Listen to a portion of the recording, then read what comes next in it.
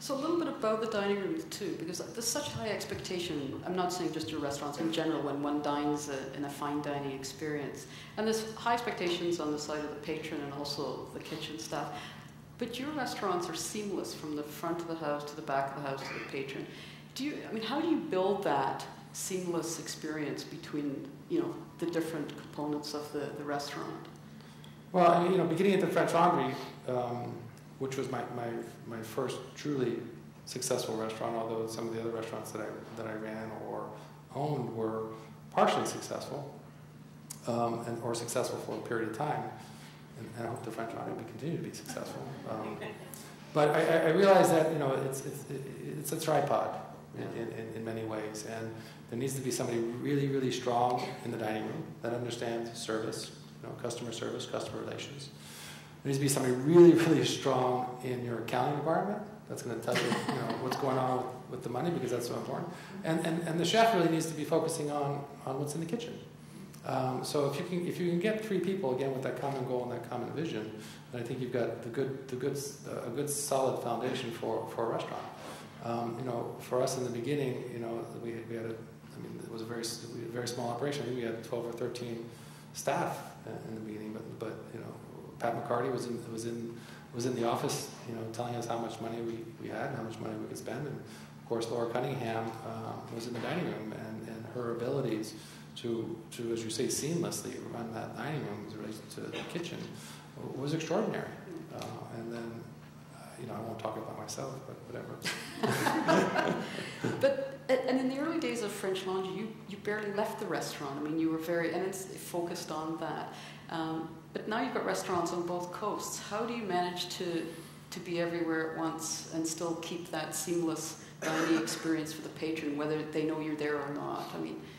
That's an incredible challenge. Yeah, you don't try to be everywhere at once. You set yourself up to have, again, a team. It's always a team, no matter what you're doing. It's about the team. And when we opened Bouchon in Yountville, it wasn't really expansion for me. It was down the street. We sent Jeffrey and Joshua down there. They'd been in the French Laundry for 3 or 4 years. It was very simple in its approach. We opened the bakery next door. Again, it wasn't expansion. It was more, But let me back up. The genesis for Bouchon. Do you all know the genesis for Bouchon in Yountville? Because we really needed a place to go eat at night. At the end of the day, there's Ron Siegel and Stephen Durfee and myself in the kitchen, and Ron came from New York, Stephen came from New York, I came from New York, or came from LA, and it's like, basically Napa Valley closes at 9 o'clock. We need to open a restaurant where we can go have dinner after work. And that was really the genesis of Bouchon. So that's what we did. We opened a restaurant down the street, which type of restaurant that I love, which is a French bistro. And that was the reason for it. The bakery we opened, not because I wanted to open a bakery necessarily, but we opened a bakery because we wanted to improve the quality of the bread for French Laundry and Bouchon. So we opened a bakery. What else do you do, right? That's what you do.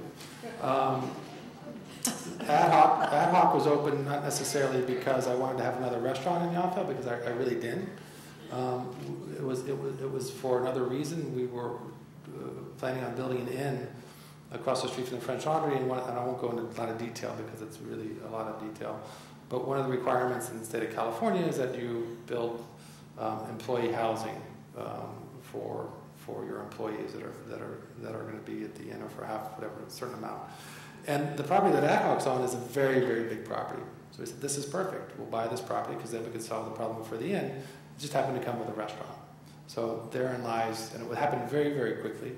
And therein lies what was the reason that we opened Ad Hoc. It was like within 2 weeks, we bought this property, and I had to come up with a theme for a restaurant. So therein lies Ad Hoc. For me, expansion didn't really start happening until 2004. So from 1994 to 2004, you're right, my focus was on the French Laundry. Every day I lived next door to the French Laundry. I was in the kitchen all the time, or I should say 90% of the time. But it's also a restaurant that does 10 services. And the reason for that is because when I was a young cook, and many of you know this, we worked 6 days a week. The restaurants, that I worked at in New York City opened 11 services. They had 5 lunches and 6 dinners. And the menus were quite a bit different. So anybody who was worth their weight really wanted to work dinner service, which means you work 6 days a week. And on the 7th day, you slept and did your laundry. That's what you did. I said, if I ever own a restaurant, I want to make sure that my staff, my team, gets 2 days off. And the only way that I could do that was doing 10 services a week. So we have 2 teams at the restaurant. We do 7 dinners, and we do 3 afternoon services, which is the same menu as dinner. Some of you have been to the French Laundry, I think, right? No? Anybody? Yeah. So you know that. And that allows us to have 2 teams, which means that everybody gets 2 days off, including me. So there's actually, 2 people running the restaurant, or 2 chefs running the restaurant. Eric Ziebold was my partner. And we would protect one another and watch out over one another. And the common goal and the common vision thing comes, the collaboration, the teamwork, all those things that I've been talking about really come into play to execute that level of cuisine and service with having a restaurant open 10 services a week.